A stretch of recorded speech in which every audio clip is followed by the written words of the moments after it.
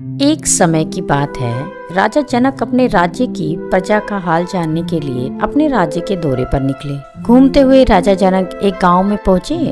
वहां वे एक नादान बच्चे को गोद में उठाने के लिए नीचे झुके तो उनके कुर्ते का एक बटन टूटकर गिर गया।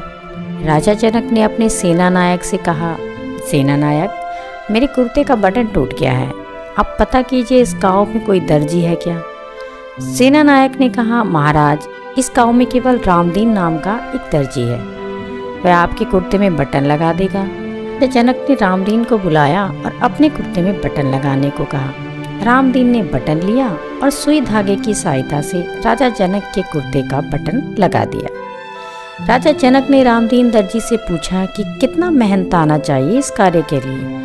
रामदीन ने सोचा, चूंकि टूटा हुआ बटन राजा के पास ही था, मैंने तो केवल धागे और सुई का इस्तेमाल किया है, तो महाराजा से केवल 2 रुपए ही मांग लेता हूँ।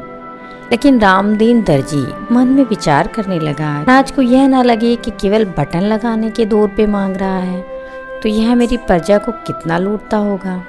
यही विचार करके उसने भगवान का नाम लिया और राजा जनक से बोला, महाराज, आपको जो उचित लगे वह मेहनताना दे दीजिए।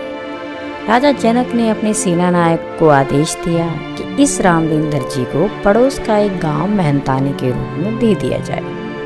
रामदीन को पूरा गांव मेहनताने के रूप में मिलने पर बहुत खुशी हुई और रामदीन ने महाराज जनक का धन्यवाद भी किया। तो कहानी से शिक्षा मिलती है, हमें ईमानदारी से काम करना चाहिए, दूसरों के प्रति दयालु होना चाहिए और थोड़े में ही संतुष्ट होना चाहिए। अगर कहानी अच्छी लगती हो तो चैनल को सब्सक्राइब और वीडियो को लाइक ज़रूर करें।